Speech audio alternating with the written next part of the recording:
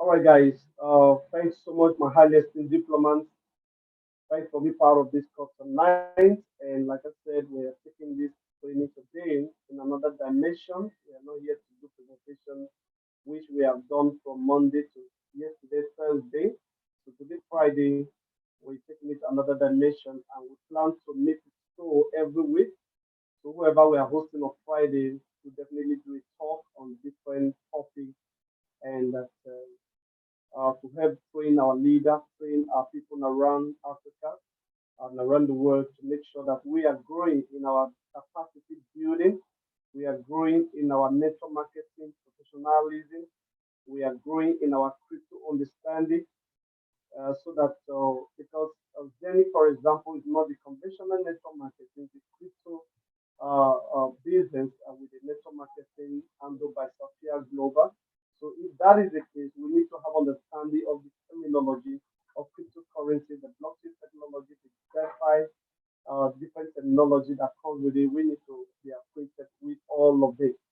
Okay, so the cost of the month and ways, so we're going to be talking on all of those things. But today we just want to look at how do we influence the market without necessarily imposing on the people.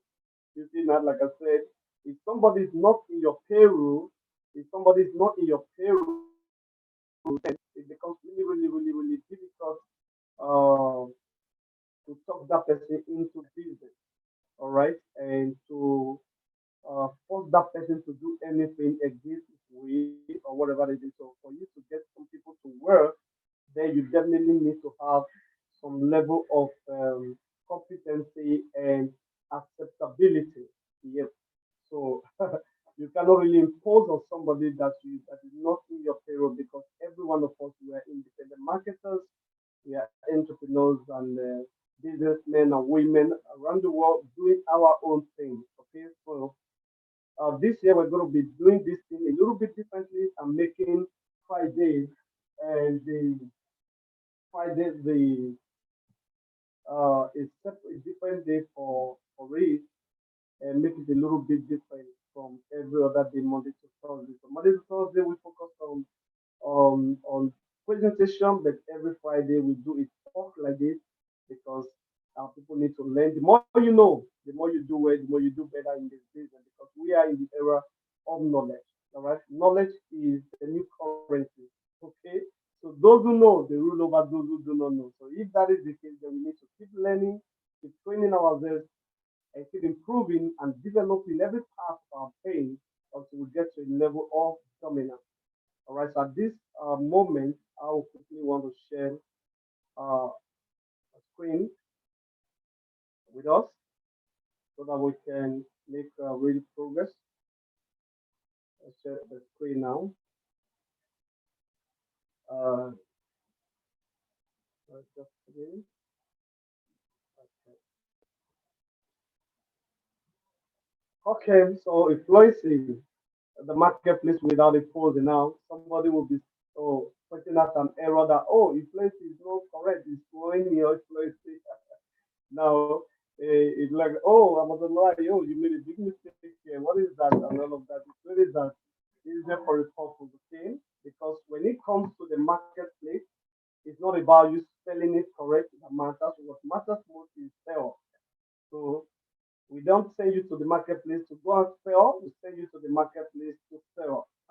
So you have to understand that, like Wiseman once said, Robert Kiyosaki, they call it the two most dreaded words in the marketplace itself. So as short as it is, people also dread it so much, and they don't want to say. Even those who study marketing in the university, they get out of the university and they are not interested in selling. They don't want to sell, and yes, that's exactly what they study in the university. So if you are somebody who is a grammarian and you have quickly noticed that the word influencing is not correct in a particular presentation, I am telling you this is deliberate and just to let you know in the marketplace, what we respect is your ability to sell, not ability to sell. Whether you spell it correctly, not spell it correctly, as long as you're selling, we are good to go. You are the one that the company is looking for. You are the one that will be getting the promotion. Now we need to understand something about colonization, which are called God's system of influence. The first colonization that was known to man is actually this air that we live in. The air we live in is the first uh, a colonized system, which God by Himself uh, pioneered that. So the earth is the colony of heaven. So whatever we see in earth was actually brought from heaven and imposed on the earth, and we were asked to behave certain way. And of course, for our spiritual books have also let us know that we are going back to our original country. You see the way it is now. So earth is actually the colony of of heaven. So how did God influence the earth without imposing so many things on us? Somebody say my voice is not loud again. Okay, let me not do that.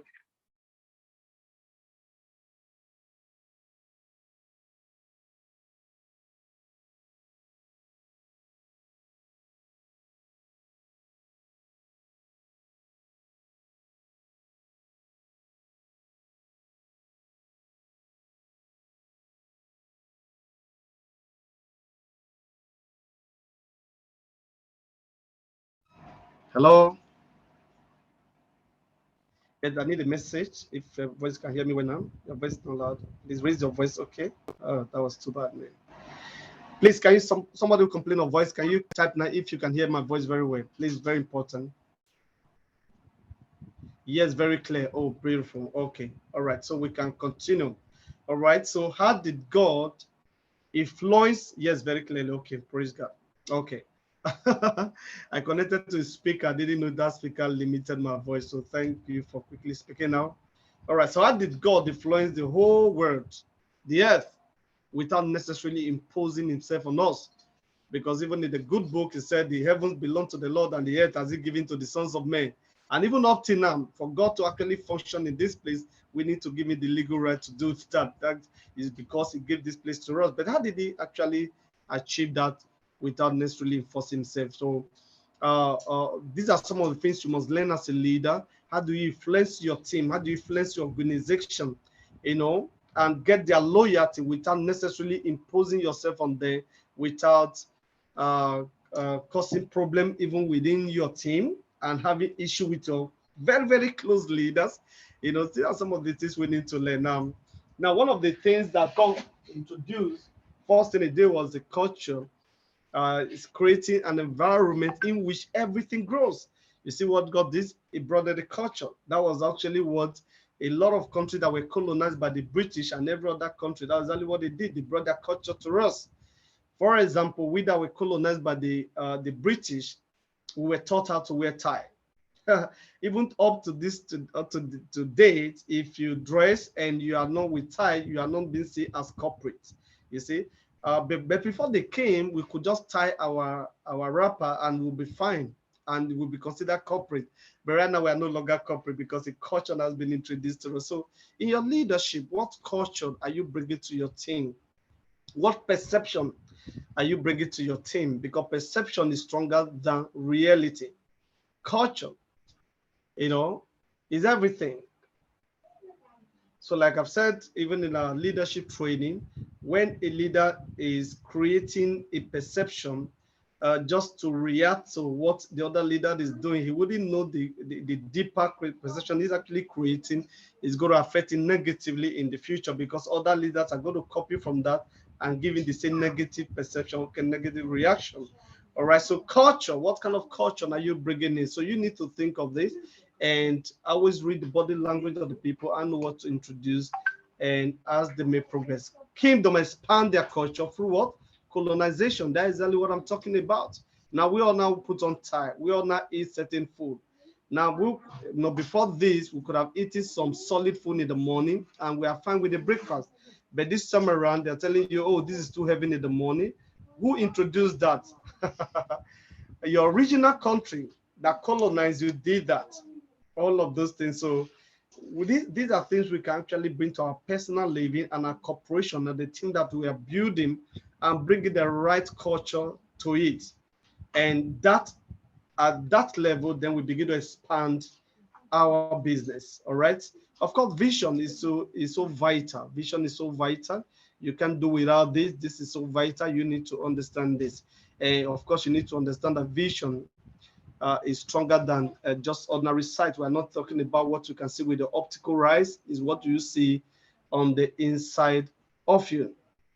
The greatest gift God ever gave to man is not sight, but what? Insight. That's exactly what we call vision. That's the greatest gift that God ever gives to man. The ability to see into the future. Now we have a business in our hand, for example, the Zenith. Yeah, and for those of you who probably are having a blood vision, you are going to be looking at the immediate, what you can gain right now. And if you're not careful, this is going to be making you to jump from one program to another program to another program, and everything that the breeze just blow your way, you're going to take it. Why? You lack the vision of where you are going in this business, or you have no understanding of the vision of the company you are presently working with, and you don't see into what they want to achieve. And because you don't see what they want to achieve, what has happened? You are being drifted by every wind that comes around you. Every doctrine that comes around you just move you. Every opportunity to move. I was telling someone this evening before we got started that every day, literally, I get a message from both white and black of an opportunity they want me to look into. Now, if I have no clear vision of the Zenith vision, Zenith want to do, what they want to achieve, of course, I want to give it a try. And before you know, I would have come to the community and change the culture. That, hey, there's something that we need to look at now. And all of them, because you know it, you scatter the whole team, you tear it down. And at the end of the day, you are 10 years in network marketing, you are 10 years in the digital space. There's no much to show for it. That will not be your portion anyway.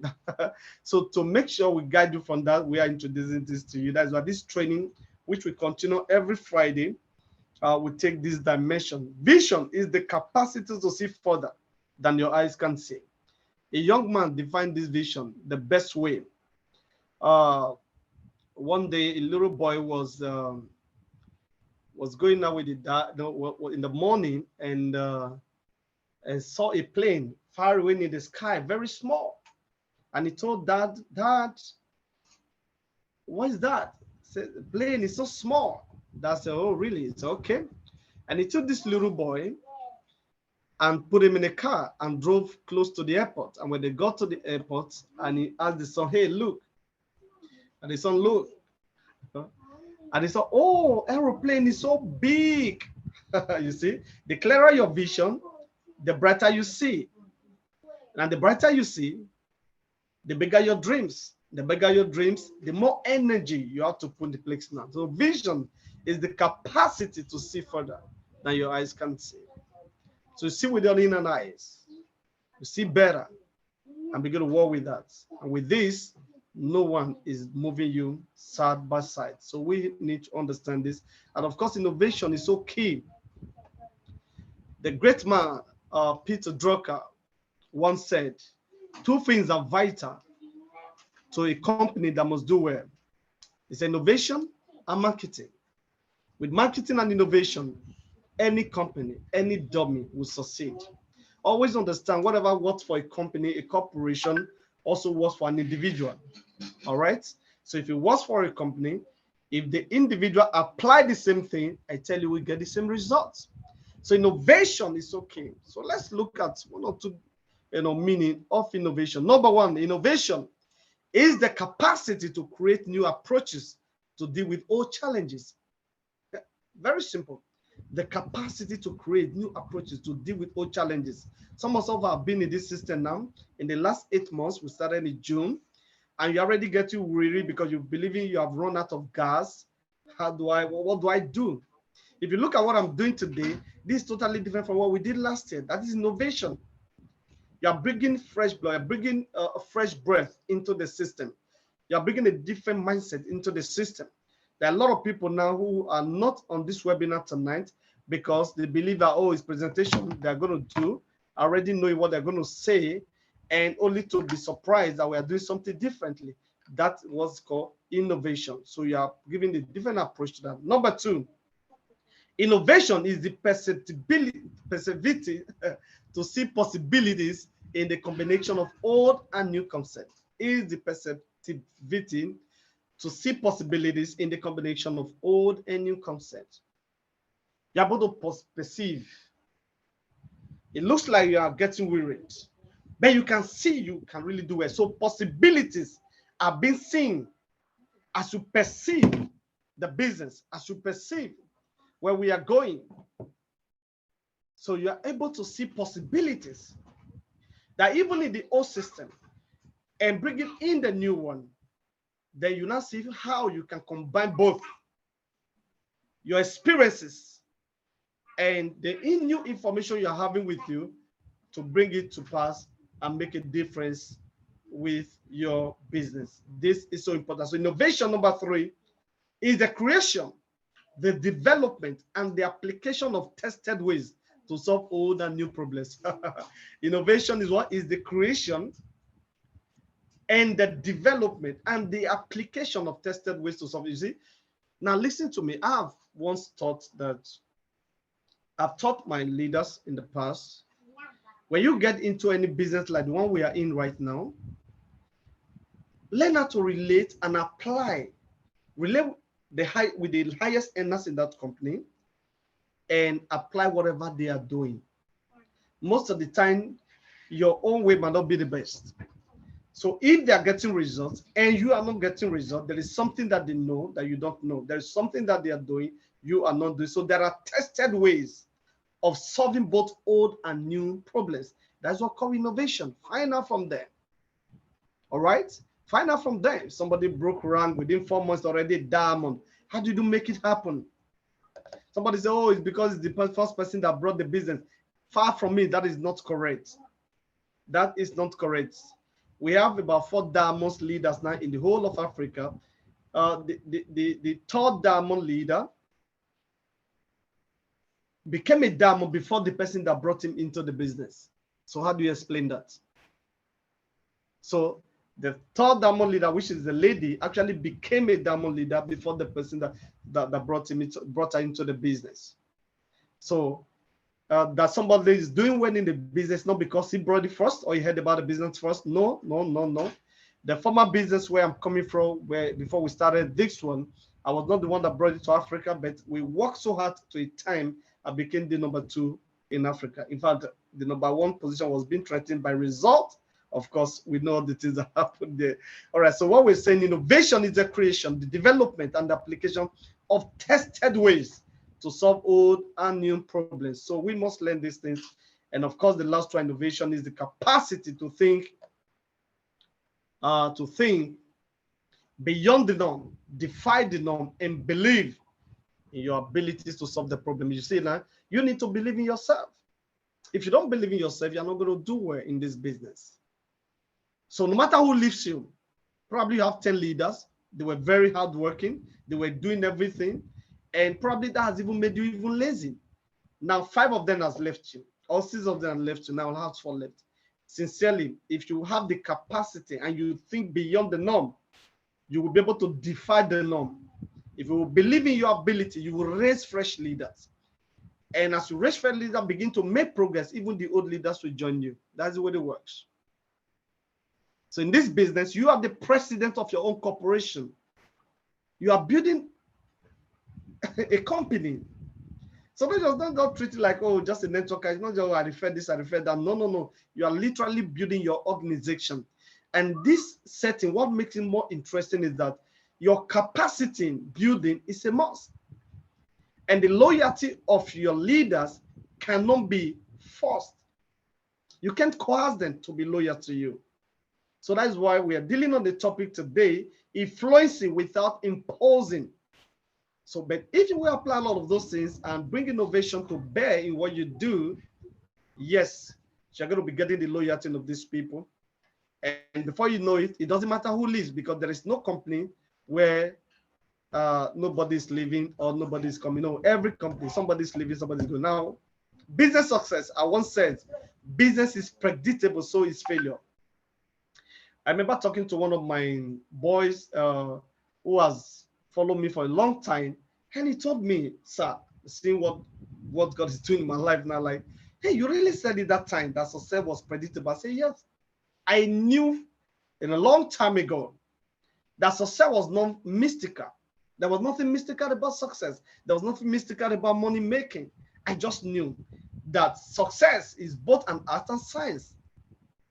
And the combination of the understanding or comprehension of both science and art dimension of success, applying those things will make you successful. It doesn't matter whether you live in Nigeria, it doesn't matter whether you live in South Africa, it doesn't matter whether you live in Nairobi, it doesn't matter whether you live in the United Kingdom. If you have not mastered these principles, wherever you go, you are still going to miss it. So you need to understand it. Now you need to learn organizing. As a team leader, you need to learn how to organize the meeting. Because when your team grows to 5 persons, you need to learn this skill. If you don't have this skill, you're not going to go too far. Organizing is so vital. You must learn organizing and how to get it right. This is so vital because your team is already more than 2 persons, and you need to learn this. Leaders work in unity with their team. I wrote something here. I just want to quickly read that. I call it adaptability, which I got from Masway. Is that if you won't change for the team may change you. You see that now? You as a leader, you need to work with your team in unity. Never you create a perception of discord. No, never. Don't ever you try that. I see a lot of leaders are so insecure, and when their number 2 is doing extremely well, and almost every other leaders under you are beginning to gravitate towards that number 2, they get scared, and they sincerely, you have not built your capacity. You need to understand. Now, you need to learn a new skill. How do you organize and get the team in unity? And at the end of the day, everything is still working together for good. All right? Always understand having a great team is to your advantage. You can lose with good leaders, but you cannot win without them. This is very vital. John Maxwell taught me this, that you can lose the best of team. Put Ronaldo and Messi in a particular team to play against another team. You'll be so shocked they will not win all the matches. Yes, they won't win all the matches. So even if you have the best of networkers, you have the best of crypto gurus in your team, you can still lose. But you can do without them. They are so vital to your success in business. So ability to organize them to profiting, to organize them to the extent that everyone is doing where you need to learn it. And that is so vital. So when it comes to having good people in your team, you really have only 2 choices: train them or trade for them. That's what they do in sports, especially in football. You train them. When the team is losing, what happens? They change the coach, for example, or they decide to get a new coach to train the people, or trade almost everyone. Trade the coach, trade the footballers, and just to get everything moving for the company. Life is a team sport. Therefore, what? Develop your team, or the team spirit. Visionary leaders will promote events. This is another way I see quite a number of leaders really missing out. Like I was trying to charge some of our leaders in our caucus meeting in Lagos. You have no idea how you are losing grounds when you are not promoting an event. There is an event coming, and it's about your team. You can promote it on your WhatsApp platform, you can promote it on your Instagram or whatever platform you're using, and you can promote it on Facebook. Come on, my bishop, my old pastor taught me, it is foolishness to be shameful of what is gainful. Did you hear that? It is foolishness to be shameful of what is gainful. Promote events. That's what leaders do. It doesn't matter you are the one organizing it. There's a meeting going on tomorrow now that I know among my leaders. One is going on in Port Harcourt, one is going on in Warri, and maybe other places. Promote those events. You live in Port Harcourt and you don't share it just because you don't want to make your leader popular. You can't. What makes a leader is in him. It's not you. You need to understand this. You know, what makes people who are doing well is in them, it's not you. So when, for example, in ministry, in church ministry, it's not the money you give to a pastor that means better, it's what the pastor gives that making. So you see the way it is now. So don't be bothered. Whose face is on the flyer? No, just promote it voraciously. And I tell you, you'll be the first beneficiary. These are spiritual laws. Visionary leaders focus and develop 6 to 7 figure portfolio and not what? 6-pack. Woo! Visionary leaders what? Focus and develop 6 to 7 figure portfolio and not 6-pack. So instead of going to gym, yeah, go to gym and stay fit. Of course, I register for gym. I like to stay fit. But the truth is that